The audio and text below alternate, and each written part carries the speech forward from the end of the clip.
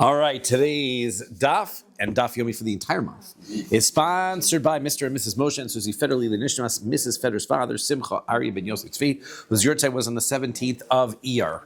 Picking up, yes, and we are picking up sort of in the middle of a topic, right? We had a Mishnah that talked about when somebody takes a Shevuos to eat nevela, or there's a possibility that it could be a violation of eating this nevela. And we tried to figure out how could one be liable in such a circumstance because he's already taking an oath to something that's prohibited. And we suggested Reish Lakish had one answer and Rabbi Yochanan had a different answer. Reish Lakish's answer was that the Shevuos is encompassing even a half volume. And so therefore, since it's encompassing even a smaller amount, so therefore it's adding something new, and that's what the prohibition is going to be on. Rabbi Yochanan says that it could be in a circumstance of what we called an Isser Kolel. An Isser Kolel is when, by saying something like, I will not eat at all, so then I'm going to, since I'm adding on to the general prohibition against eating non-kosher, I'm also adding on to myself the other items that are kosher as well. This fact that I'm adding, sorry? Eating non-kosher is also punishable, isn't it? Yes, but now it's going to be punishable for two things, right? The eating non-kosher and for the Shevuos, because the Shevuos is encompassing more items. It's encompassing the non-kosher and the kosher, so therefore the Shevuos is going to come upon this non-kosher meat as well. So if I eat the non-kosher, I can be liable for that. Those were our two different perspectives, and now we're up to Bishlama, which is about halfway down on the page. Second word in on the line. Bishlama the Reish Lakish, Mishkachas la bilav vehein. So, okay, we're going to find later on, hopefully today, that in order to be required to bring a korban for a violation of a Shevuos, the Shevuos has to be the type of a Shevuos that can be phrased in both the positive terms and the negative terms. Meaning, all of our examples are, you can eat, I can't eat. Right, so those are both the positive form of it. I will do something and I won't do something. I say most. I say this. Yeah, you basic and the item that you're saying could be phrased in either term, and either term would be a valid oath. However, okay, so Bishlam Reish Lakish Mishkachas la bilav vehein. So Reish Lakish, I understand what the issue here is. Right, I've got a prohibition. I can swear to not eat half a shear of the prohibited item, or I could swear to eat the item in half of the volume. That would work because you're not violating the mitzvah, because you're swearing to eat half an amount, not an entire amount. So therefore, the positive and the negative would be effective. El Rabbi Yochanan, but according to Rabbi Yochanan's opinion, right? So he says that I'm swearing not to eat kosher and non-kosher. So bishlama lav mishkachasa. So I understand how I could swear to not eat kosher and not kosher. However, elahain, the opposite would not work. You could not swear in the positive, I will eat kosher and not kosher, because you can't possibly eat non-kosher. So therefore, swearing in the positive, in the affirmative, doesn't work. Since it doesn't work for a technical reason now, we are not going to be able to say that the negative oath will work either. Right, because you can't bring a korban if the item that you're swearing to can't be effective in both the positive phrase and the negative phrase. I know that seems a little bit complicated in tech. That's why I was taking some time before we got started. But we will discuss and explain this concept of the positive and the negative on the next page, and then it will become more clear. But the bottom line here is that according to Rabbi Yochanan, we can't figure out how you could have a valid oath in the circumstance to not eat non-kosher and kosher, because you can't do the opposite. You can't swear to eat kosher and non-kosher. So hey, you can't have that. Ella, so rather we're going to switch. All this time we're trying to figure out Rabbi Yochanan and Reish Lakish's view. We're going to go back to reinterpret our Mishnah as Kiderava. We're going to interpret our Mishnah according to Rava. Damar Rava. Rava says, Shevuos shelo ochel ve'achal afar pater. So Rava says that I take an oath not to eat something, and then I eat dirt, I'm exempt. Why? Because we said, because it's not edible. That's the point, right? That's not edible. This non-kosher stuff is edible, right? So that's not the same circumstance. Therefore, if I took the general oath of not eating, so then and I eat this, it is a violation of the oath of eating, because this is not considered a non-edible item. Amar Rav Mari. Rav Mari says, Af an nami tanina, right? Also, we have a similar circumstance like this. We have a Mishnah, right, that to support this. Let's say a person says, Konim ishti nenesli imachalti hayom, right? Let's say a person takes a konam vow. Now, konam vow is that he prohibits an item, right? A konam is going to say, this item is going to be prohibited to me just like a sacrifice. That's what the phrase konam means, okay?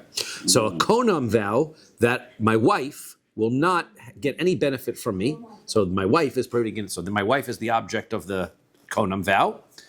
Im achalti hayom. And that oath, that prohibition of getting benefit from me will apply if I ate today, right? And turns out the achal nevelas treifa shkatzim v'ramasim. He did in fact eat nevela treifa shkatzim v'ramasim. He ate the non-kosher meats. So hare ishto asuralo. His wife becomes prohibited. Now, so therefore we're questioning if it's not food. So how could he be liable? So this proves that eating the non-kosher food is considered to be eating, and you are in fact liable. So 1 second, hachi hashta. How can you compare the two? You just said that's the equivalent case, not the equivalent case. Hasam came to mikara achal v'hadar ishtava. In the case of the wife case, he already ate before, and so now he's taking an oath. Therefore, so v'hadar ishtava lei, he's now taking an oath. Chashuvi achashvei 24b chafdal on a base. Chashuvi achashvei. He is clearly specifying that which he already did is significant. He knows what he did already. He's taking an oath that if I did it, he knows he ate. He ate non-kosher, but he knows he ate. Then if I ate, then I'm going to, then I will not get, my wife will not be able to get any benefit from me. Why is he saying that? The answer is because he knows he ate. So he's considering his non-kosher food to have been eating. Elahacha, but here, where he says, I will not eat, in the future tense, miach sheveh, he didn't think in his mind that eating non-kosher was going to be considered to be something that was edible, something that he was going to eat. So therefore, even though we tried to prove that eating non-kosher is actually eating, doesn't necessarily prove it, right? Because why? Because sometimes a person can remember when we're dealing with vows, it's a matter of what's important in your mind. And so in this circumstance where I'm dealing with something that I already did, that I might be considering important in my mind, whereas something that I have no idea that I'm going to do in the future, I would never in my wildest dreams think that eating wasn't going to include non-kosher items. I wouldn't include that. Okay. How does the wife get into this? She's just trying to take an oath in order to make one result determined on what he did in the past. They're just giving it for example. He could also say, I won't drive my car today if I eat meat. It doesn't make really a difference which example they use, right? They're just picking an example. But I understand his wife won't benefit from it. Right. He's just decided he's not going to be, he's not going to, I don't know, give his wife flowers today if he did the other thing, right? In other words, he's depending one future action of what he's going to do based on a previous action that he already did. Okay. Right, and that, let's say it really doesn't make a practical difference what that item is, right? It does. The wife part is not the significant thing. It just happens to be that's the example that we picked. Right. Amar Rava. Rava says, "My time of demand to isle iser kolel." What is this concept? Let's get into some detail about this concept of the iser kolel. Okay, this iser kolel is this technical idea. Now we're going to really understand it. Okay, the iser kolel means that I've got something which is already prohibited. I can make it prohibited with a second prohibition as long as the second prohibition includes more items in the prohibition than the original prohibition, right? The example that we had given before was the non-kosher meat, and then Yom Kippur comes. Non-kosher meat is prohibited as non-kosher meat. Comes Yom Kippur, now all my meat is not edible. I can't eat it. Therefore, if I eat non-kosher meat on Yom Kippur, I violate eating non-kosher, and I violate eating on Yom Kippur. So Chayav 2. Chayav 2, that's right. That's called an Isser Kolel. So the answer is, he said, where do we get such a concept? Midi dahava a Isser Mosif, right? He says, because it applies to the same idea of what we call an Isser Mosif, right? What is Isser Mosif? Isser Mosif is when the object itself becomes more prohibited than it was before. We're going to give a practical example. Let's give the example, okay? If I have a piece of forbidden fats, okay, that's part of a sacrifice. So while it's forbidden fats, can't eat it. It's forbidden fats, not allowed to eat it. I leave it over until morning beyond the time that it is able to be used as a sacrifice, and I don't burn it. Now it becomes forbidden to be burned on the Mizbeach. If I burn it, if I now consume it or burn it on the, now this second Avera comes upon the meat as well. Why?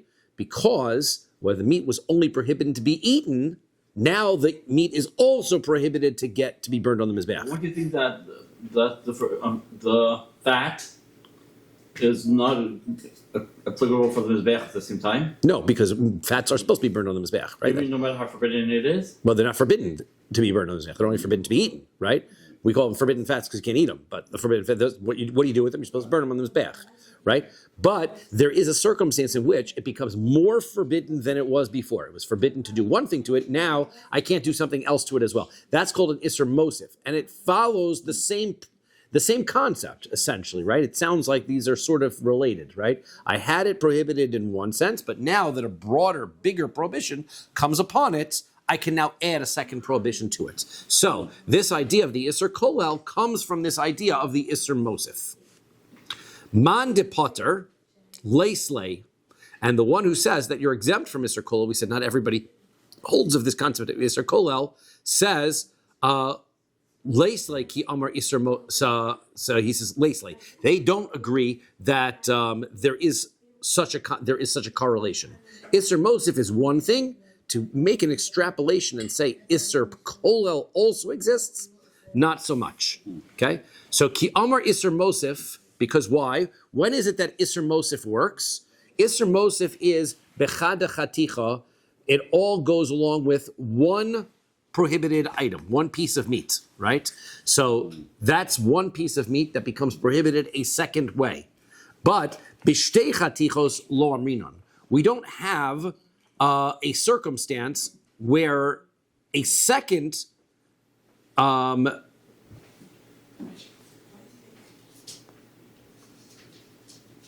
second.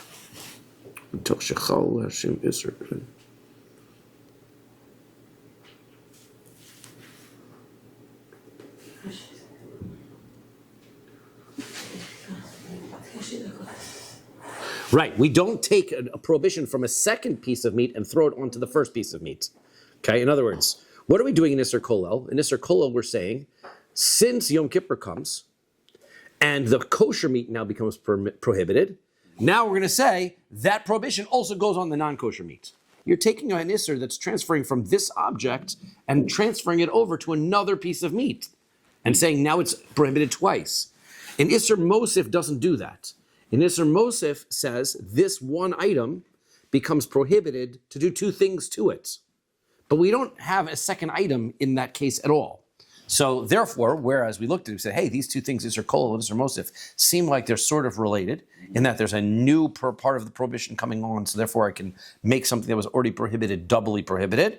In another way, they're not similar because the Isser Kolel requires a second item in order to bring the prohibition onto the first item, and an Isser Mosif does not work that way. So therefore, one opinion holds that you have such a concept of Isser Mosif, of Isser Kolel, and the other one says you do not. Everyone agrees the concept of the Isser Mosif does exist. Okay. Ve'amar Rava. Now, what does Rava say? Lamand islay Isser Kolel, the one who holds, everybody who holds, the people who hold that there's such a concept of Isser Kolel. So they say, Amar Shevuos shelo ochel ta'enim. Let's say a person says, I'm not going to eat figs. V'chazav ra'amar, and then he goes back and he says, Shevuos shelo ochel ta'enim v'anovim. I'm not going to eat figs and grapes. Okay, so you hear where the Isser Kolel works. Migo dechayel anovim, since the second oath applies to grapes, chayel nami ata'enim. That's going to fall on the figs as well, right? So problem is, pshita, that's pretty obvious. That's exactly, literally what Isser Kolel is. That's what we've been saying. No, mahu detema, what would you have thought? Isser haba me'elav amrinan, Isser haba me'atzma lo amrinan. That we had this dispute yesterday, we talked a little bit about, when does an Isser Kolel work and when doesn't it work? We know for sure, right, that some people say Isser Kol doesn't work at all. But those people say Isser Kol works, they all agree that an Isser Kol works in the case of the non-kosher meat and Yom Kippur. Because that was a case where the second prohibition came by itself. Yom Kippur showed up. Now everything's prohibited, therefore this meat is now doubly Asr. However, a Shevuah to become an Isser Kolel, that's already not so clear. Can I take an oath to prohibit something that was already prohibited a second time because now my second oath casts a wider net? That's not so clear. So this statement of Rava indicates that he holds that yes, a Shevuah, you can take a Shevuah of greater greater prohibition in order to create a second level prohibition. So that's what the point of Rava's statement is. Not so posh, not so simple, but he holds and explains that an Isser Kolel applies to also oaths. Good? Ish. Okay. Meisiv Rava, Brei de Rabba. Okay. Rava, the son of Rabbi, asked a question. Yesh ocha achil achas v'chayav alei arba chatos.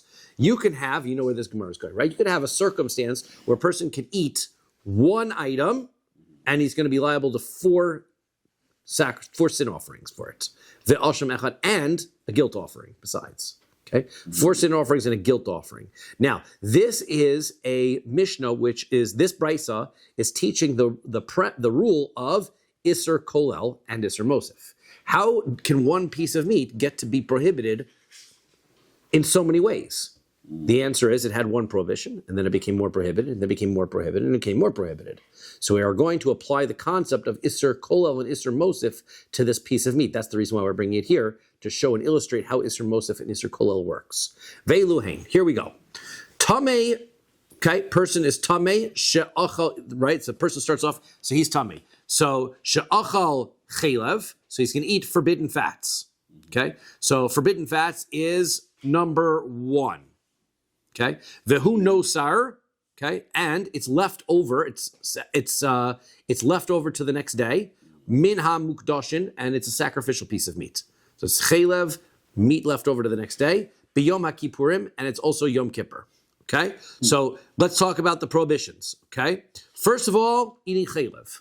Eating chelev, that's your first one. Okay, then it was already chelev. Then we get nosar. It's left over to the next day. Okay, then he ate it, became Yom Kippur the next day. So now it becomes prohibited because of nosar, and now it's also because of Yom Kippur. And number 4 is because he's tamei and he ate hektish. So that's going to be 4. And he's eating hektish, he's benefiting from hektish. That's a korban hashem, that's a guilt offering. Okay? So those are all of his prohibitions. And in order to get all of them, you need to be able to have one fall on the other, right? You need Isser Kolel in order to get from one of these averos to more of these averos, because this item becomes more prohibited because you're including more, like for example, the Yom Kippur part is now more things are prohibited, so therefore it becomes prohibited as well. And sometimes you have an Isser Mosif, right, where you have something, the meat itself became more prohibited once it became nosar than it was before. Okay, so Rabbi Meir says, Af im haisa Shabbos v'hotzio chayev. He says, Rabbi Meir says, you know what else? Let's say it was Shabbos and you were carrying that piece of meat. That's another thing. So Amrulo, so they said to Rabbi Meir, you're not getting the game that we're playing here, right?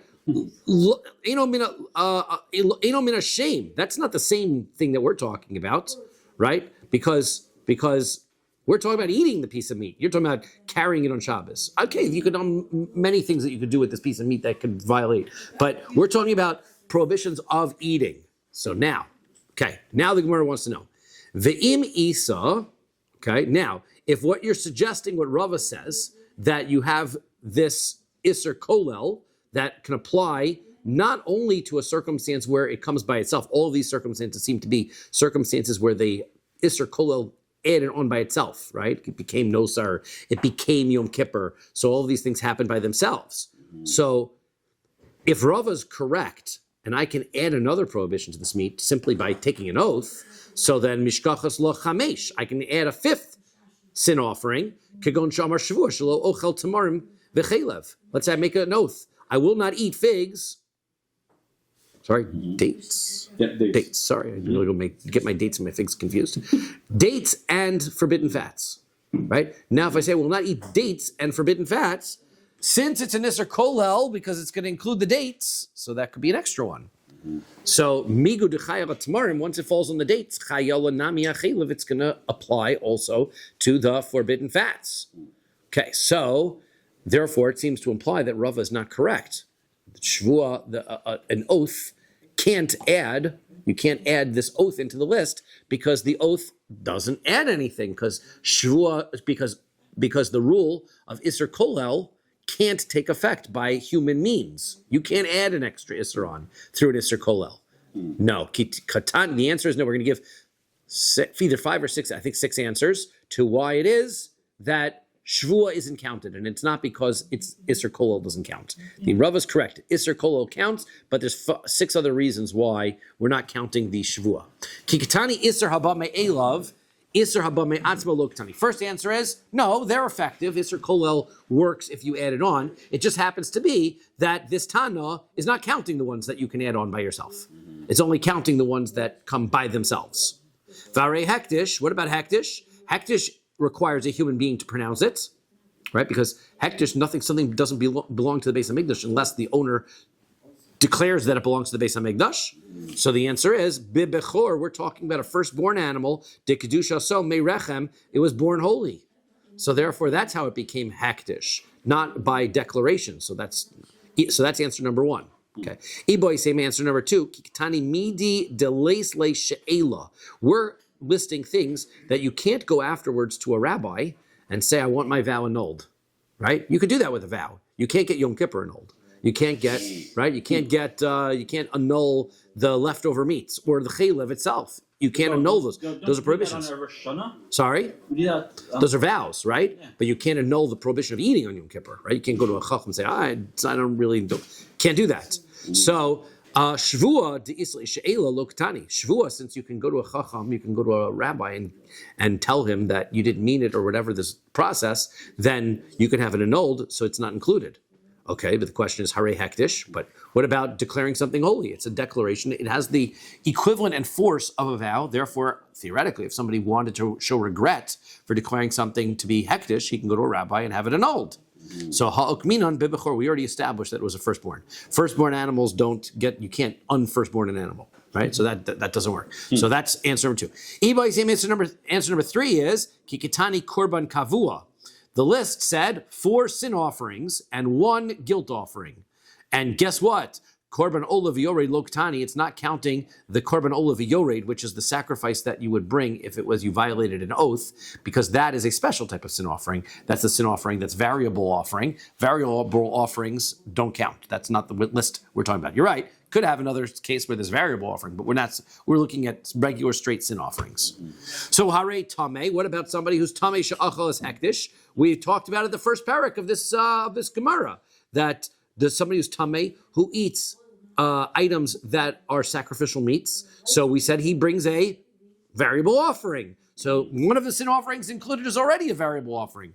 So the answer is the korban ola v'yored who says this is korban ola v'yored. It's an elevated offering. It's a variable offering. So the answer is ben nasi. We're talking about the person who ate it here is a king.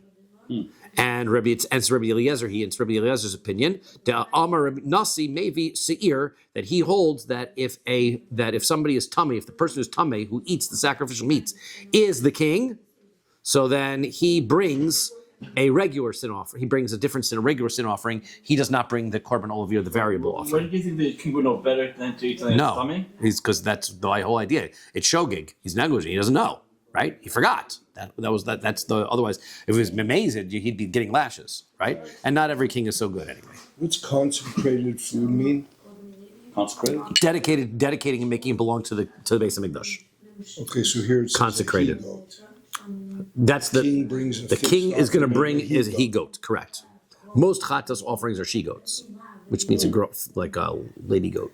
I don't know what that is. She goat, he goat. She goat, he goat. Right. Ravashi gives his answer. I forgot which one we're up to. Ravashi gives his answer. Kikatani midi dechayla keshir.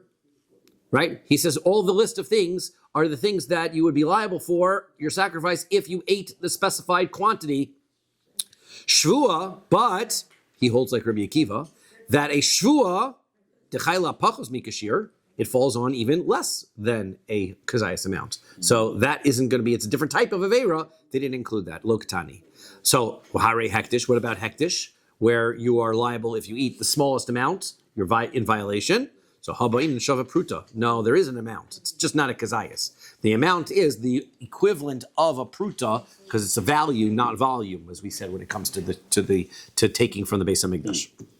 The Rav Ashi may Avirya Amar. Now Rav Ashi from Avirya, he gives his answer. We're up to 5 or 6. Reb Zera Amar Reb Zera Kikitani Zedono Kares Zedono Lav Lokatani. The whole list is circumstances where you're liable for sacrifice is true, but we also picked all the averos that if you did them on purpose, you would get kares. In avera, that if you did it on purpose, you would get lashes, we didn't count. Shvua, kares, is when you live half your life, or you die without children, or you lose your world to come. Right? So that's those kinds of averos. This avera of taking an oath, you would get lashes, and that's not the type we're listing. Vare Asham, what about the guilt offering? Does dono lav? So with the guilt offering, you committed me'ilah. Me'ilah is the prohibition of using something that belongs to the Beis Hamikdash without permission. It's not like the Yom Kippur prayer. So if you do it on purpose, so don't you get, you would get lashes, and you're counting it in the list. So the answer is, Bechatos, we're on Chaf Hamad Aleph 25a, Bechatos Kamrinan. We're talking about the list of the 4 sin offerings. The one Asham offering, the guilt offering, you're right. The guilt offering, you're right, is lashes. But the 4 sin offerings all are kares. So to bring another sin offering of Era in, and that one is a lashes offering, that we wouldn't do. Ravina Amar, this is I think the last one. Ravina says, Kikitani midi dechayel amidi debarachila. Who? So he says all of the prohibitions are prohibitions related to the eating. I ate something that I was not supposed to eat. That's my prohibition. What prohibition I violate? Eating the non-kosher meat. Eating on Yom Kippur. Eating, all the prohibitions eating, right? Shvua, but Shvua, dechayli amidi delav barachilahu, lo katani. But Shvua, an oath can fall on anything. You could take an oath to not throw a ball. You can take an oath not to sleep, right? I don't have to take an oath about eating. So therefore, the avera of Shvua doesn't specifically refer to eating. Therefore, that's not, it's like, like the old Sesame Street, right? One of these things don't belong. This one does not belong. It doesn't, the Shvua doesn't exist. Vare hektish, dechayel nami ha'etzim v'anam. What about hektish? Hektish, the consecrated materials to the Beis Hamikdash, also doesn't only fall on edible things. You can dedicate stone and wood to the Beis Hamikdash also. So Ella kiktani dechayel amidi deisbe mashasha. You're right. Point. But all of the case of all 4 averos are averos that fall on physical, tangible objects. Shvua, but a shvua, the reason why we're not counting it is dechayla amidi deleis be mashasha. A shvua can apply to something that isn't physical, doesn't really have any substance. For example, kikon sheishan v'shelo ishan. You can swear to sleep or not to sleep. There's no physical object that this is related to. And so therefore, Lokatani, that's the one that they say is different and they leave it out. Okay? So the bottom line is, the way to understand the Brisa is that we're not going to criticize Rava for suggesting that Shvua isn't on the list, because we would have thought maybe because Shvua, taking an oath, doesn't add an Isser Kolel. No, Rava's correct. Shvua does add an Isser Kolel. There are 6 possible reasons why Shvua wouldn't be in the list, besides that one. Okay, so that's where we go. Next Mishnah. Good and ready for the next Mishnah. Everybody's ready for the next Mishnah. I'm just having a hard time with all these. Everybody. Isser, Kolel, Isser, something, Isser. I just don't understand. So that the problem with following the Isser Kolel, the Isser Mosif, and all of those kinds of rules is that those are technical ideas. Right? These are technical ideas. This next Gemara is a brain twister, but not because of technical ideas. So it's just because you have to think future, past, positives, negatives. You have to think a lot of opposites in this coming Gemara. So it's good. It's a good brain exercise, right? Get ready for a good brain exercise, but it's not in the same technical way. So hopefully we'll be able to go. It says Mishnah. Echad dvarim shel atzmo ve'echad dvarim shel achirim, right? You could take an oath on things that have to do with yourself, or things that have to do with somebody else's things. We'll see what that means. And you could also take an oath about things that are tangible, Or you can take an oath on things that are not tangible. And there are two types of non-tangible oaths, Rashi says. Rashi says, Tregavni mashma, there's two types that have no substance. For example, sleeping, right? Because there's nothing, and also the other thing is that the thing that I'm doing is meaningless. Like we're going to see examples. So it's either there's no tangible item that's involved in the shvuah, in the oath, or the thing that I'm doing has no meaning. It's just a foolish act. But I can take an oath about that. Here, for example, Ketzad. What are the examples of these types of oaths? Amar shvuah, if a person says an oath, she'etain le'ish ploni, veshelo etain, right? Person can say, I will give a person something, or I won't give a person something. Here again, we're noting the fact that the Mishnah always phrases has future tenses and positive and negative. I will do something, I won't do something. Okay? So I will give somebody something, or I won't. Shenasati, I gave something, veshelo nasati, and I did not give something. Those are the past tense ones. Okay? That's a circumstance where you're talking about your own items or somebody else's, right? So I'm talking to give it to somebody else. She'ishon veshelo ishon. Now, by the way, I should point out, right, that an oath doesn't work if an oath that I'm making is beyond my control to accomplish, right? This idea, I'm swearing to give something, yes, it involves somebody else, but it's in my control to give it or not to give it. So therefore, that's why it's valid. Sorry? Even if it doesn't belong to you? No, that if it doesn't belong to me, then it's not in my control. That's what I was trying to point out. If it doesn't belong to me, then it doesn't belong to me, and it's not in my control. This is my object. I'm giving it to somebody else. Therefore, somebody else is involved in this, but the action is under my control. We're going to see cases coming up where the action is not under your control, and that's not going to be a valid oath. Okay? What about circumstances where where there's no physical substance? That is she'ishon v'shelo ishon. I am going to sleep or I won't sleep. Sheyashanti, I slept. V'shelo yashanti, or I did not sleep. Okay. Or what about one that is a meaningless act? She'ezrok tzur liyam. I will throw a stone into the water. V'shelo ezrok, and I will not throw a stone into the water. Shezarakti, I threw a stone into the water. V'shelo zarakti, and I did not throw a stone in the water.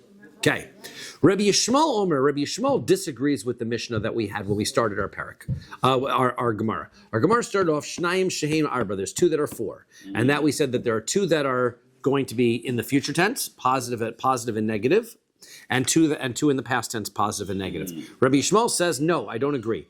Eino chayav ela al asid.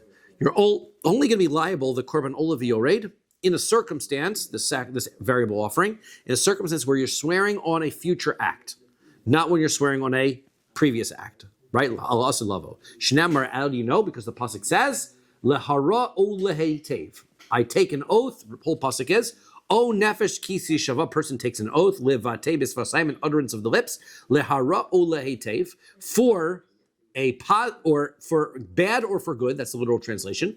Lekol asher yivateha adam bishvua, anything that a person utters with his lips, v'ne'elam mimenu, when he forgets about it. V'hu yada, and now he becomes aware, v'ashem la'achs me'ela, and he has guilt for any of those circumstances. Then he's going to bring this variable offering. Amar la Rabbi Akiva. Rabbi Akiva said, if that's your source, right, because you're supposed to be lahara o lahetev, which means I will do something good, I will not do something good. And that's how you're going to interpret that. Then that means that you're only including things that have good value and things that don't have good value, or things that have bad value.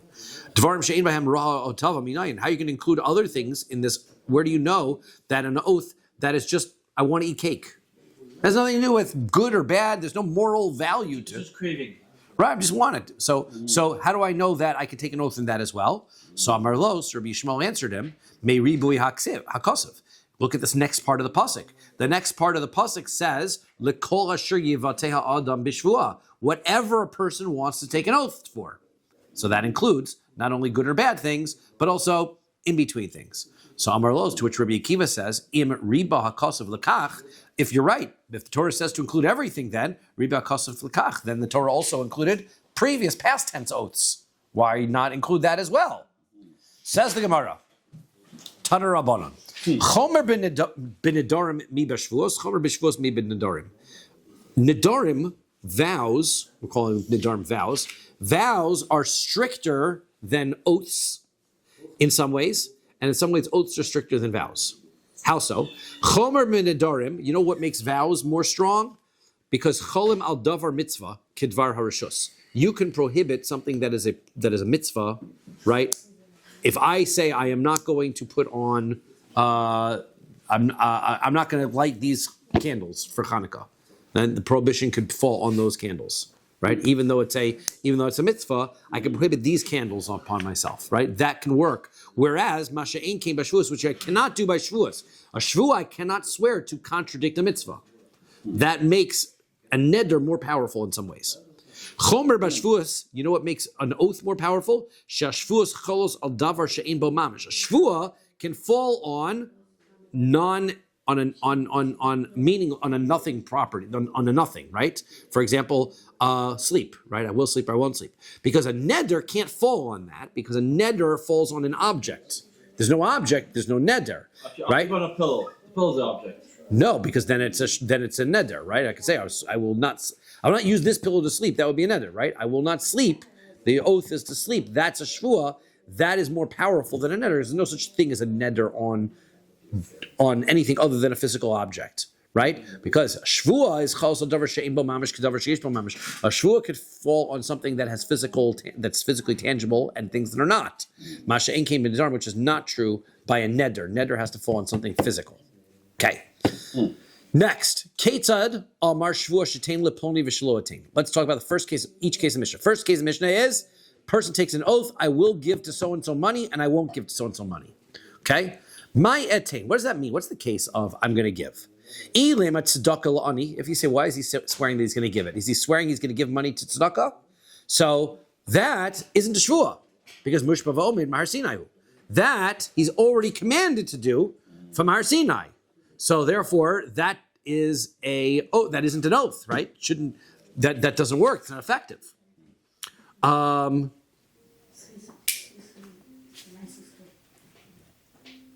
Right. So the shvuah doesn't work. The shvuah is ineffective.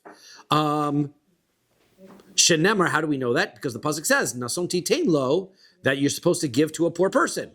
Ella matanu lashir. We're talking about a present to a rich friend, right? You're going to somebody's house for Shabbos. You want to bring him a nice bottle of wine. That's what we're talking about. I swear to give my good friend who has plenty of money a nice gift. That's fine. You can do that. Next, she'ishan v'shaloishan. I'm gonna sleep or I will not sleep. Ini, is that true? V'hamar Rabbi Yochanan and Rabbi Yochanan say ha'omer shvuah shelo yishan. If a person says I'm not going to sleep for gimel yomim for 3 days. If a person says I'm not going to sleep for 3 days. Malkin also, we give him lashes right away, and he can go to sleep right away. We don't wait. Why? Because that's already considered to be a vain-oath. There's no possible way for a person to stay awake for 3 straight days. They could get sick or die if they stay. No, you won't. Fall asleep. Right? Don't try it. I'm saying don't try it. But if you stay awake for 3 straight, try to stay awake for 3 straight days, you will fall asleep. So therefore, how is our Mishnah saying that that's a valid oath? I will not sleep is a valid oath when it's not. So the answer is Hasam Damar Gimel, Hachadul Amar Gimel. There's a difference. If he specified I will stay awake for 3 days, then that's a non-vow. However, if he doesn't specify, then what he means is I will stay up as long as I possibly can. In which case he fulfills his vow if he stays up till 3 days. Just a little bit shorter than 3 days. Then he fulfills his vow. So that's why it is a valid oath. Okay, so we presume that he meant that he's going to stay awake for whatever is reasonable to accomplish. Next case was she'ezrok tzror liyam v'shelo ezrok. I'm going to throw a stone to the river. I'm going to not throw the stone. Itmar. So we ask a question. Shvuah shezorak ploni tzror liyam. Let's say a person takes an oath that so and so threw a rock in the water. V'shelo zorak, and he did not throw it. Rav Amar Chayev u'Shmuel Amar Potter. Rav says you're liable under such circumstance, and Shmuel says you're not. Rav Amar Chayev, Rav says you're liable. Why? Ise belav vehein. Because because the oath works as all you need, according to Rav, is you need a positive and a negative in the formulation. So since I can swear he did throw it or he did not throw it, so then it works. Shmuel Amar Potter. Shmuel says no, you're exempt. Why? Because leise billah haba. Shmuel is of the opinion that not only does a formula need to have a positive and negative, he also feels that it needs to have a past and future tense. So in this circumstance, where he swore that somebody threw the rock, he can't take the corresponding future tense oath. The corresponding future tense oath is so-and-so will throw the rock. Well, he's not that guy. So he said that an oath where you don't have control over it, you can't do. That oath doesn't work. So therefore, taking an oath according to Rav, taking an oath in the past tense that he threw the rock works, because I can say he threw the rock or he didn't throw the rock. But Shmuel requires a future tense corresponding future tense, and there is no corresponding future tense. You can't say I will throw a rock. I can say I will. I can't say he will throw a rock because I'm not him, and I have no control over what he will do. So therefore, that is why it does not work according to Shmuel. Let's try to say that this argument between Rav and Shmuel is similar to an argument between Rabbi Shmuel and Rabbi Akiva. Ditzanan, we learned in the Mishnah. Rabbi Shmuel says, "Eno chayav ela al ha'asid lavo." That Shmuel says, I'm sorry, where was I? Rabbi Shmuel says that you're only liable for a sacrifice for the korban olav yored if you take an oath on the future. Shenamar, as Pasuk says, lahara o lahitev. This is our Mishnah, right? That because you swore to the positive and to the negative. To which Amar lo Rabbi Akiva says, Im kain, ein li ela dvarim sheish ben hara v'tava. If that's your understanding, then it should only be things that you are swearing for the good or for the bad. Dvarim shein ben hara v'tava minai. And how do I know to include things that are not for the good or for the bad? Amar lo, so he says back, mi riba akasa, from the fact that the pasuk adds in next says, and also any other oath. So therefore it means anything else in between. But it has to be future. So Amar Lo, so which Rabbi Akiva says, Im Kain, if it says any type of oath, so then Riba HaKosav Lekach Riba HaKosav Lekach, that if you're going to include it for future tense, it should include the past tense also, right? You're going to include everything. That's how you learn it. So the answer is no, not necessarily so. Rav Damar Rabbi Akiva, so why don't we say that Rav is holding like Rabbi Akiva? Rav says like Rabbi Akiva because he holds that a past tense oath is effective even without the future tense corresponding. And Shmuel Damar Rabbi Shmuel, and Shmuel says, no, you need the future corresponding in order to be liable. So no. Aliba the Rabbi Shmuel Kuliyama lo pligi. When it comes to Rabbi Shmuel's opinion, nobody's disputing. Because Hashta Milsa de Ise Bilahaba lo Mechayev Allah, Rabbi Shmuel L'Sha'avar Milsa de Ise Bilahaba Mibai. Well, when it comes to Rabbi Shmuel's perspective, right? So Rabbi Shmuel says that if I have a past tense vow, even if I could make a future tense vow, I still would not be liable for a korban on that past tense vow. That's Rabbi Shmuel's perspective. Past tense vows never have a korban, even if a corresponding future tense vow would be perfectly fine. Past tense vows never get, right? So therefore, if that's the case, so a circumstance where I have a past tense vow that doesn't have a corresponding future, for sure it doesn't bring. Rabbi Shmuel is not relevant to the discussion. That's the point. Rabbi Shmuel is not relevant because Rabbi Shmuel never gives. The whole question between Rav and Shmuel is whether I'm going to give a korban to somebody who swears on a past tense vow with no corresponding future tense. But if you hold like Rabbi Shmuel, nobody ever gets a past tense vow. Okay, so therefore, the issue is only according to Rabbi Akiva. Aliba the Rabbi Akiva, so if you're within Rabbi Akiva's opinion, you still don't have an argument between Rav and Shmuel. Rav, Rabbi Akiva. Rav holds like Rabbi Akiva, right? Rav just says simply, right? Past tense vows get malchus. You don't care whether there's a future tense vow. You don't care about the future tense. It's just simple. You swore something in the past, something in the past happened or didn't happen, and now you swear about it, you bring a sacrifice. That's what Rabbi Akiva says.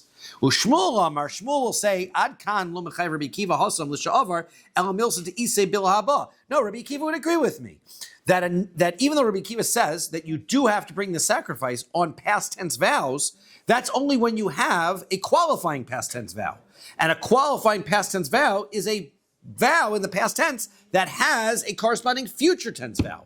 If you don't have a corresponding future tense vow, you can't have a past tense vow that is liable for a sacrifice. So therefore, right, milsa de Isabel haba mechay Rabbi Akiva l'shavar. Then, if there's a qualifying future tense vow, then Rabbi Akiva says you have to bring the korban on the past tense vow. Aval midi de Isabel haba, but Rabbi Akiva would agree that if there's no corresponding future tense vow, so then lo. So you don't have a corresponding past tense vow. So this argument between Rabbi Shmuel and Rabbi Akiva has nothing to do with Rav and Shmuel. Again, machlokas between Rav and Shmuel is that Rav says you need to have a positive and a negative in order to make a valid oath to bring a sacrifice. Rabbi Yishmael says you also need a corresponding future tense vow. You can't just have a past tense vow. That has nothing to do with the argument between Rabbi Yishmael and Rabbi Akiva, which has to do with whether or not to include any past tense vows in oaths at all. It has nothing to do with whether there's a qualifying future tense vow. Just Rabbi Akiva holds that you do get lashes on past tense vows, whatever that, according to Rav or Shmuel, whatever that qualifies to be. But Rabbi Yishmael says no, only future tense vows. So okay. Lema, so let's go back. Let's try to assign Rav and Shmuel to another argument. Lema beplukta de Rebbe Yehuda ben Beseira v'Rabbanan Kamifli. Let's say Rav and Shmuel are arguing in the old-fashioned machlokas between Rebbe Yehuda ben Beseira and the rabbis.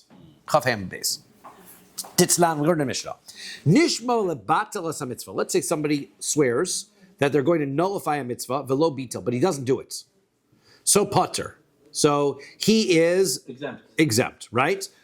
Because the Shevuos never took place. If you take an oath to violate a mitzvah, the oath is meaningless. So therefore, even though you said I'm not going to put on tefillin, and then I did put on tefillin, I didn't violate a Shevuos, because the Shevuos to not put on tefillin is ineffective. Okay. L'kayim es mitzvah v'lo kiyim. Let's say a person swears he will do a mitzvah. I will put on tefillin tomorrow. Okay. And v'lo kiyim, but he doesn't do it. Pater, he's also exempt. Why? Shahaya bedin sheyehei chayiv. Kid Rabbi Yehuda ben Beseira. Because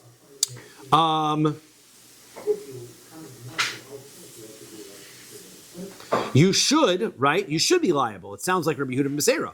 Dama Rabbi Yehuda ben Beseira, because Rabbi Yehuda ben Beseira says, Ma'im harishus she'eno mushba aleh mihar Sinai harehu chayav aleha. He says, when it comes to a rishus, eating a piece of chocolate cake, there's nothing to do with any mitzvos. I can take an oath and force myself to do it. Mitzvah, then a mitzvah, which is mushba aleh mihar Sinai, which the Torah already tells me I should do it. Then for sure I should be liable when I take an oath, right? Should be even more liable. So the answer, Amru lo. So they said back to Rabbi Yehuda ben Beseira, lo, that's not a good logic. Imar b'Shevuos harashus shekin ase ba v'lav kahen. He says, there's a technical reason why that doesn't work. When it comes to a regular oath of chocolate cake, I can swear I will eat the chocolate cake, I won't eat the chocolate cake. However, Tomar b'Shevuos, you can't say the same thing by Shevuos mitzvah. I will put on tefillin because there is no such thing as a corresponding. I will not put on tefillin. Right? That's the technical problem. I can't do a positive without. I can't have be liable for the positive without the negative being able to exist. Okay. So therefore, name a Rav Damar Rabbi Yehuda ben Beseira. Let's say Rav, who holds that you need to have the positive and the negative. Who says that Rav holds like Rabbi Yehuda ben Beseira, who does not need the positive and the negative. Ushmul Damar Rabbanan, and the Shmuel holds like the Rabbanan and says you do need the positive and negative. So the answer is no, not connected argument again. Aliba de Rabbi Yehuda ben Beseira kuliyama lo pliki according to Rabbi Yehuda ben Beseira. There's nothing to argue about. Hashala vehein lo boy la shvar boy. He says, look, according to Rabbi Yehuda ben Beseira, he doesn't need even a positive and negative. Even that requirement he doesn't require. For sure, he doesn't require past tense and future tense. Rabbi Yehuda ben Beseira says it doesn't make a difference whether there's a corresponding, vow to the positive and negative. He doesn't care whether there's a corresponding vow to the back to the past or the future. It doesn't matter. So therefore, their argument between Rav and Shmuel is irrelevant because they both agree that you need a positive and a negative, right? So kipligi aliba the Rabbanan. They're arguing within Rabbanan's shita. Shmuel k'Rabbanan. Shmuel says, like the rabbis. Shmuel simply says, just like you need a positive and a negative, you need a past tense and a future tense. And those have to be corresponding. Rav will say, Kilo mechayvi rabbanan b'lav v'hein. Rav says, no, the rabbis only tell you that you need a positive and a negative.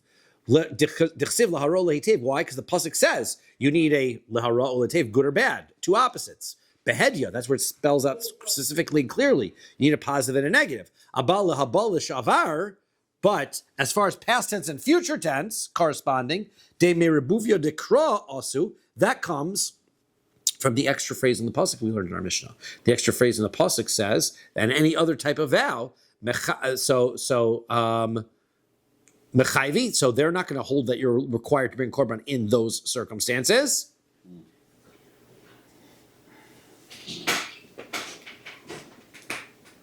Okay. Fine. Meisiv Rav Hamnuna. So Rav Hamnuna asks the following question. Lo achalti hayom v'lo hanachti tefillin hayom. Let's say a person says, I did not eat today, and I did not put on tefillin today. Mashbiach ha'ani v'omar amen. So the person says, I'm making you take an oath to that. And you say, the person says, amen. Yes, I swear to it. Okay? So chayev, you are liable. So bishlama lo achalti. So I understand the shvua. If a person said, I didn't eat, and the person says, swear to it, and he says, amen, I understand why he's liable. Why? Ise below achel. Right? He can have the future tense, corresponding future tense. I will not eat. I say, I didn't eat. I can make corresponding a future, I will not eat. So therefore, according to Rav, it works. Ella lo hanachti, but if I said I didn't put on tefillin and I swear to that, why is that a shvuah? Right? Mi ise below aniach, you can't do the future corresponding, I will not put on tefillin, because that's swearing against a mitzvah. And that you cannot do. So how can Rav say, I could take an oath that I swear that I did put on tefillin, where I can't swear in the future, so the other way, I didn't put on tefillin, I can't swear I didn't put on tefillin, because I can't swear in the future, I won't put on tefillin. So who mosif love who mefarek? So he asked that question, but then he thought about it and had another answer to the question. Let's dod in Ketani. The Mishnah, this statement, this brisa is talking about it's not making equal comparisons. Lo achalti, when it says I did not eat, so that is lekorban. That you're right. That applies to the korban olaviori because there's a past tense which can become a future tense. Lo hanachti, but as far as I didn't put on tefillin, you're right. Can't bring a korban. Why? Because there's no corresponding future tense. And in order for it to be a sacrifice, you need to have the corresponding future tense. But lemalkus. But as far as getting lashes, if you did it on purpose, you did violate. You did speak you did say something in vain. So therefore, you did have a shvua sheker. So you are going to be you do get malchus for it. So therefore, malchus yes, but korban no. Meisiv Rava. Okay, Rava asked the following question: Ezu hi shvua shav. What is the definition of a shvua shav? Nishba l'shona sesa yadua. Person swears that something against something that is well known, right? Something that's well known to people. The Amar, for example, al omod shel even shu shozov. He says that pillar over there, that nice that thing's made out of right. That's made out of gold, right? So it's well known. The Amar. So what's the definition of well known? Amar Ula says u'shnikar legimel b'nei adam. 3 people have to know that it's not, right? Everybody knows that it's not. So therefore, that's what makes it a shvua shav. Okay. Now, taima de nikar. Right? The reason why it's a shvua shav is because it's recognizable. Halo nikar, if it would not have been recognizable, let's say people are not familiar with that pillar, right? Looks gold, people don't know. Over mishum shvuas bitui, you have violated your shvuas bitui, and you should be liable for a sacrifice. Now why? V'amai. How could if I swear that is gold, if I swear that's gold, how can I be liable for a sacrifice according to Rav? I need a corresponding future tense. Right? I can't swear that will be gold. That doesn't make any sense. I can't make that pillar gold. So therefore, that's a meaningless, not within my control. So therefore, that is meaningless. Unless it was painted and without not knowing there was. But that's exactly our case, right? It was painted, people don't know. So therefore, if people don't know, so that should be, we're saying it's a shvuas bita, you're going to have to bring a korban. But why would you bring a korban? According to Rav, it's a past tense oath that has no corresponding future tense. So who most if love, who mefarek? He asked that question, but he has an answer. So nikar over mishum shvua shav. You're right. If he ever recognizes it's not gold, so then it's a shvua shav. Lo nikar, but if it's not over mishum shvua sheker, then he is violating a different prohibition shvua sheker, and you need to know which one because you need to be able to warn them in order for them to get lashes. This is an issue of lashes. It's not an issue of a korban. You're right. If a person swore that is gold, that would not be a shvua that could potentially lead to a korban, according to Rav, right? Because there's no future, according to Shmuel, because there's no corresponding future tense oath. So that is not going to work. Okay, let's go drop more. Amar Rabbi says, Mode Rav agrees, but Omer lechavero, let's say a person says to his friend, Shvua she'ani yodeh lecha edus, let's say a person says, I know testimony for you. Okay, ve'eshtakach delo yada lay, and it turns out that he doesn't know testimony. Depater, he'd be exempt. Why would Rav say that? What does it mean when he says, "I know testimony for you"? Because he says, "I know that so and so owes you money. I can testify in court for you." right? Turns out he doesn't know that. Okay, so Rav would say there would be no korban for that. Ho v'leisei bichlal she'eni yodei alach, right? Because why? Because there's no corresponding negative, right? And Rav requires a corresponding negative. So he says, I can't swear that I know testimony and call that a shvuah, because if I swore I don't know testimony for you, that's a different kind of shvuah altogether. That is not a shvuas bitui anymore. That's called shvuas ha'edus. That is a shvuah, an oath against testimony. That falls under a completely different category. If somebody says to me, you know testimony, you have to come to Beis Din and testify for me, and I say, I swear to you, I don't know testimony, and I do, that's a different violation. And that violation has different rules. There, I can only violate that if I'm a kosher aid, and I'm in Beis Din when I'm taking that oath.